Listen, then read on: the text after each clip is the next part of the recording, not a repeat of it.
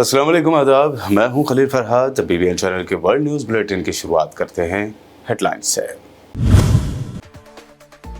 Hamas ने 3 मरहलों में जंगबंदी की नई तजवीज़ पेश कर दी। जंगी जुनून में मुब्तला नेतन्याहू ने हमास की तजवीज़ को बताया जोक। रफ़ा में भूखे फ़लस्तीनियों के खिलाफ नया ऑपरेशन शुरू करने का किया ऐलान। गजा के बाद इसराइल लेबनान पर कर सकता है शदीद हमले, फॉरेन रिपोर्ट में इंकशाफ। हिज़्बुल्लाह रहनुमा हसन नसरुल्लाह ने कहा, अपनी जंग खुद लड़ेंगे, ईरान को किसी जंग में नहीं उलझाया जाएगा।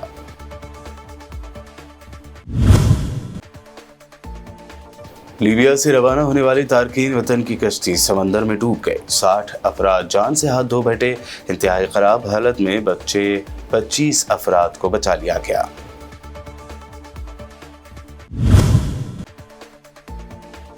असदुद्दीन ओवैसी ने CAA के खिलाफ सुप्रीम कोर्ट का खटखटाया दरवाजा। CAA को NRC से जोड़ते हुए कहा, इस पर लगाई जाए फौरी रोक, मुसलमान बनेंगे इस कानून का निशाना।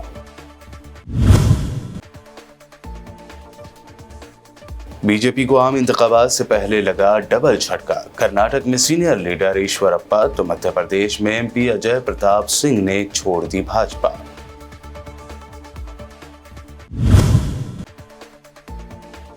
और कांग्रेस ने इलेक्शन कमीशन पर फिर उठाए सवाल। अधीर रंजन चौधरी ने कहा, इलेक्शन कोड लागू होने के बाद भी मोदी करते हैं इंतखाबी वादे, लेकिन इलेक्शन कमीशन नहीं लेता कोई एक्शन।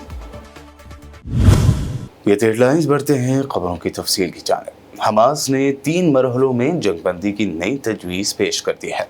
हमास के ज़राए ने अल जज़ीरा को बताया कि 3 मरहलों पर मुश्तमिल जंगबंदी की तजवीज़ में इमदाद की फराहमी और बेघर फ़लस्तीनियों को उनके घरों में वापस भेजना शामिल है।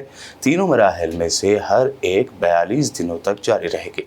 पहले फेज़ में इसराइली आर्मी सेंट्रल गजा में गजा सिटी के करीब सलाहुद्दीन स्ट्रीट से पीछे हटेंगी, ताकि बेघर होने वाले कुछ लोगों को घरों को लौटने के काबिल बनाया जा सके। हमास इसराइल की तरफ रिहा किए गए हर 50 फ़लस्तीनी कैदियों के बदले गजा में कैद एक खातून इसराइली होस्टेज को रिहा किया जाएगा। दूसरे मरहले जिस पर एक मुस्तकिल जंगबंदी पर यह मरहला मुश्तमिल होगा, जिसका ऐलान हमास की तरफ से किसी भी कैद इसराइली फ़ौजी को रिहा करने से पहले किया जाएगा। आखिरी मरहले में यानी लास्ट फेज़ में ग्रुप ने गजा पर इसराइल के मुहासरे के खात्मे और रिकंस्ट्रक्शन यानी तामीर नौ की कोशिशों के आगाज़ की तजवीज़ पेश की है। दूसरी जानिब इसराइली प्राइम मिनिस्टर नेतन्याहू ने हमास की जंगबंदी की पेशकश को मुस्तरद करते हुए इस तजवीज़ को मज़हब का कैस करार दिया है। अमेरिका, यूरोपीय यूनियन वो वेस्टर्न कंट्रीज़ की वार्निंग को खातिर में न लाते हुए जंगी जुनून में मुब्तला इसराइली वज़ीर आज़म नेतन्याहू ने रफ़ा में नई फ़ौजी कार्रवाइयों के मंसूबे की मंजूरी दे दी है और पनाह लिए हुए फ़लस्तीनियों के खिलाफ नई जंग का ऐलान कर दिया है। इसराइली PMO ने एक बयान में इंकशाफ किया कि नेतन्याहू ने रफ़ा ऑपरेशन के मंसूबों की मंजूरी दी है। फ़ौज वहां से आबादी को निकालने की तैयारी कर रही है। ये वो लोग हैं जो बेघर होकर रफ़ा में पनाह लिए हुए हैं। दफ्तर ने हमास की तरफ से पेश की गई जंगबंदी तजवीज़ का हवाला देते हुए ये भी कहा कि कैदियों के हवाले से हमास के अज़ाइम अब भी गैर हकीकी है। बैरूत में कुद्स फोर्स के सरबराह इस्माइल क़ानी ने हिज़्बुल्लाह के रहनुमा सैयद हसन नसरुल्लाह से हमास के 7 अक्टूबर को जुनूबी इसराइल पर मौलिक हमलों फिर गजा पर इसराइल के तबाहकुन जवाबी हमलों के बाद से कम तीसरी मरतबा मुलाकात की है। ज़राए के मुताबिक दोनों आला कायदीन की बातचीत का मौजू गजा के बाद इसराइल का लेबनान पर मुमकिना भरपूर हमला हो सकता है, इस पर मरकूज रहा। ज़राए का मज़ीद कहना है कि हिज़्बुल्लाह को नुकसान पहुँचाने के साथ साथ जंग का यह फैलाव ईरान पर दबाव डाल सकता है कि 7 अक्टूबर के बाद से अब तक के मुकाबले में ज़्यादा ताकत के साथ रद्द-ए-अमल का इजहार करे। पिछले 5 महीनों के दौरान हिज़्बुल्लाह ने इसराइल की नॉर्थ बॉर्डर्स के पार महदूद तादाद में रॉकेट फायर करके हमास की हिमायत का मुजाहरा किया है। इस दौरान हसन नसरुल्लाह ने ईरानी कुद्स फोर्स के सरबराह इस्माइल क़ानी को फिर से यकीन दिलाया कि वो नहीं चाहते कि इसराइल या अमेरिका के साथ ईरान किसी जंग में उलझ जाए। हिजबुल्लाह अपनी जंग खुद लड़ेगा। अमेरिकी सदर जो बाइडेन की जानिब से रूसी हम मनसब व्लादिमीर पुतिन की एक बार फिर तौहीन की गई है। जो बाइडेन ने एक तकरीब से खिताब में रूसी सदर को ठग का लक़ब दे दिया।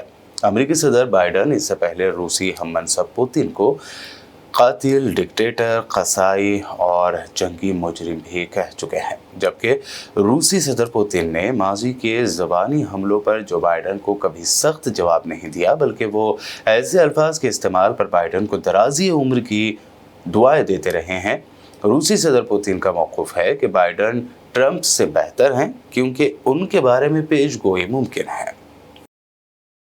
लीबिया से रवाना होने वाली तारकीन वतन की एक कश्ती समंदर में डूब जाने से 60 अफराद हलाक हो गए।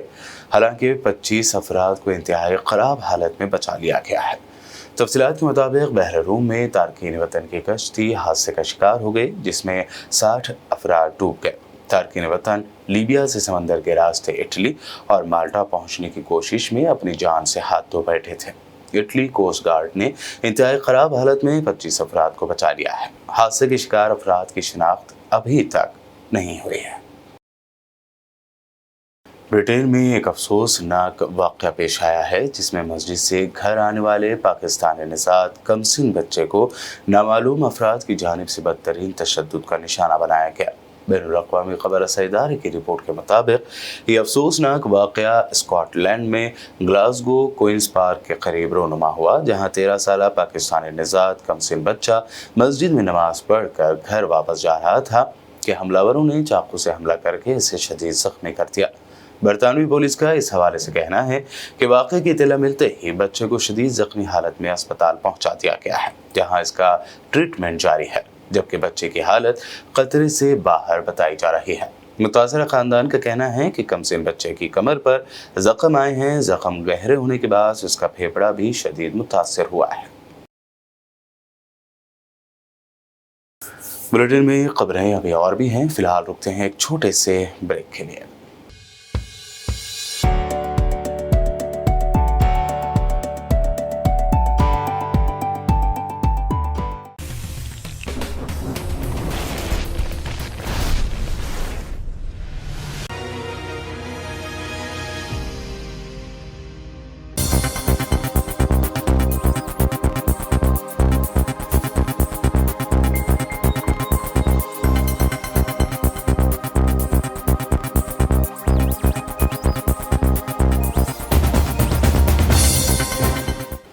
ब्रेक के बाद आगे बढ़ते हैं और अब देखते हैं अहम national news. Citizenship amendment act यानी CAA के मुद्दे पर ऑल इंडिया मजलिस इत्तेहादुल मुस्लिमीन के सरबरा असदुद्दीन ओवैसी भी सुप्रीम कोर्ट पहुंच गए हैं। असदुद्दीन ओवैसी ने सुप्रीम कोर्ट के सामने NRC का मुद्दा भी उठाया। उन्होंने अदालत में दायर दरख्वास्त में अपील की है कि CAA के फौरी अमलावरी पर फौरी रोक लगाई जाए। उन्होंने सुप्रीम कोर्ट से मुतालबा किया है कि CAA का NRC के साथ नापाक जोड़ है। NRC के जरिए भारतीय मुसलमानों को निशाना बनाने का मंसूबा है। CAA के बाद NRC आ रहा है। इलेक्टोरल बॉन्ड को लेकर पूरे मुल्क में हंगामा मचा हुआ है। इस दरमियान कांग्रेस MP प्रद्युत बोरदोलोई ने आसाम की हेमंत बिस्वा सरकार पर एक कंपनी के साथ समझौता करने के बदले बीजेपी के लिए फंड लेने का इल्ज़ाम लगाया है।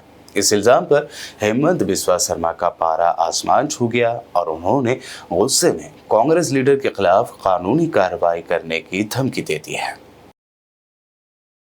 बीजेपी के senior leader KS Eshwarappa south में बीजेपी की जीत की ख्वाहिश पर पानी फेर सकते हैं।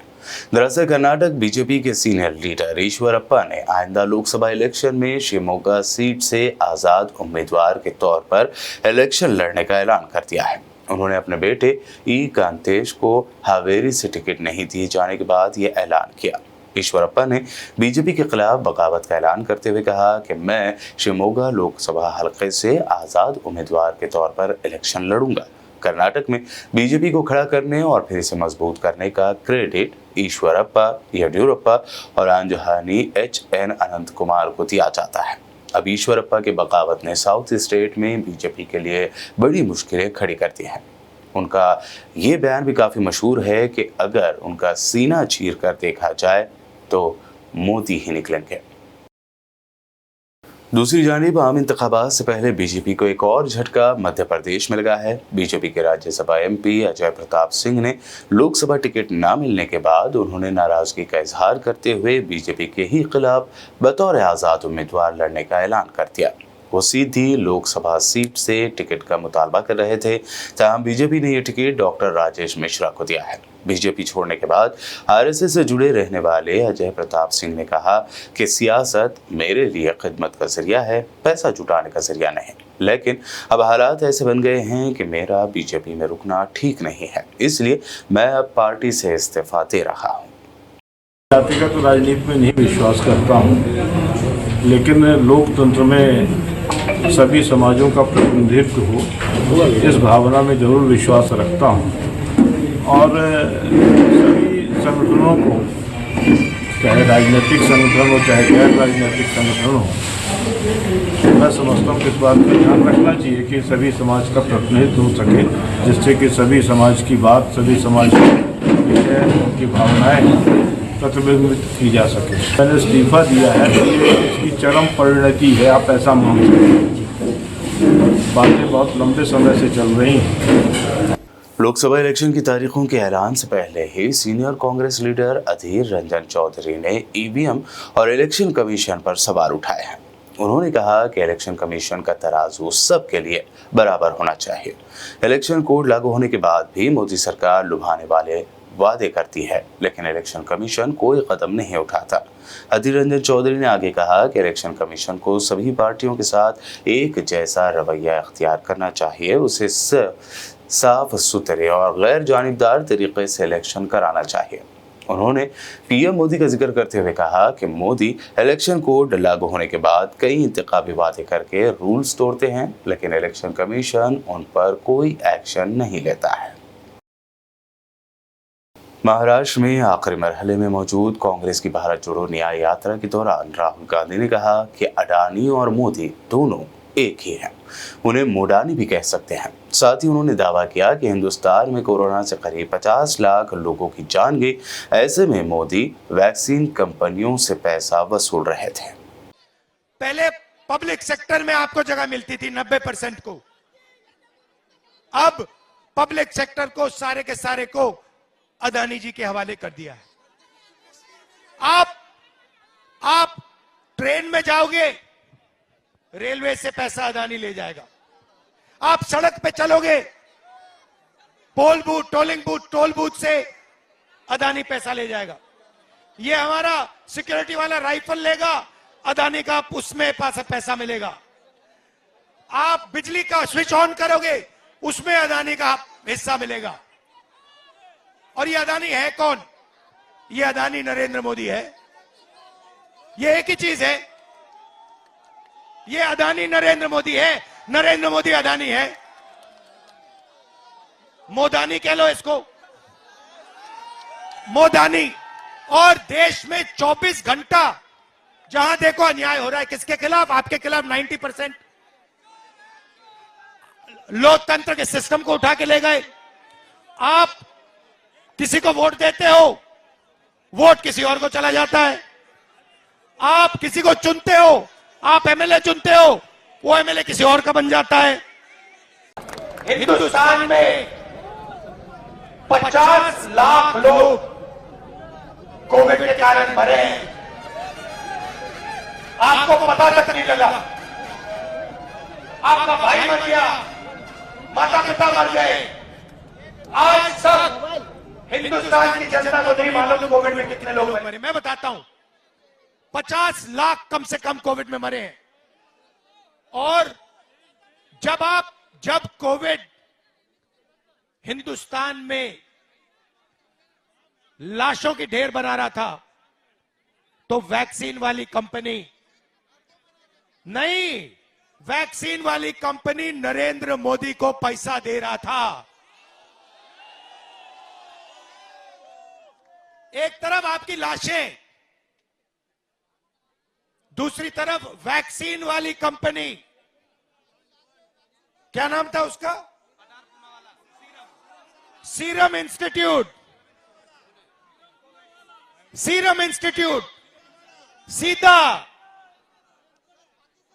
सीधा नरेंद्र मोदी जी की पार्टी को करोड़ों रुपए पकड़ा रहा था। नरेंद्र मोदी जी आपसे कह रहे भैया थाली बजाओ, फोन जलाओ। आप थाली बजा रहे हो, आप फोन जला रहे हो, आपके जेब में से पैसा निकालकर पूना वाला सीधा बीजेपी को दे रहा है। आखिर में हेडलाइंस पर डालते हैं एक और नजर। हमास ने 3 मरहलों में जंगबंदी की नई तजवीज पेश कर दी। जंगी जुनून में मुब्तला नेतन्याहू ने हमास की तजवीज को बताया जोक। रफा में भूखे फलस्तीनियों के खिलाफ नया ऑपरेशन शुरू करने का किया ऐलान। गजा के बाद इसराइल लेबनान पर कर सकता है शदीद हमले, फॉरेन रिपोर्ट में इंकशाफ। हिजबुल्लाह रहनुमा हसन नसरुल्लाह ने कहा, अपनी जंग खुद लड़ेंगे, ईरान को किसी जंग में नहीं उलझाया जाएगा।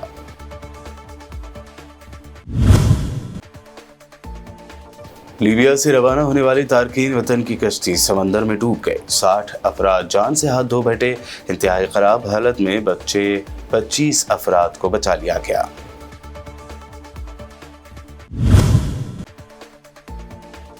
असदुद्दीन ओवैसी ने सीएए के खिलाफ सुप्रीम कोर्ट का खटखटाया दरवाजा। सीएए को एनआरसी से जोड़ते हुए कहा, इस पर लगाई जाए फौरी रोक, मुसलमान बनेंगे इस कानून का निशाना।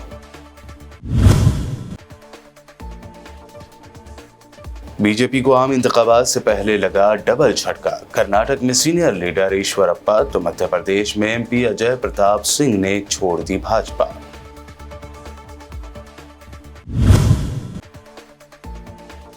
और कांग्रेस ने इलेक्शन कमीशन पर फिर उठाए सवाल। अधीर रंजन चौधरी ने कहा, इलेक्शन कोड लागू होने के बाद भी मोदी करते हैं इंतखाबी वादे, लेकिन इलेक्शन कमीशन नहीं लेता कोई एक्शन।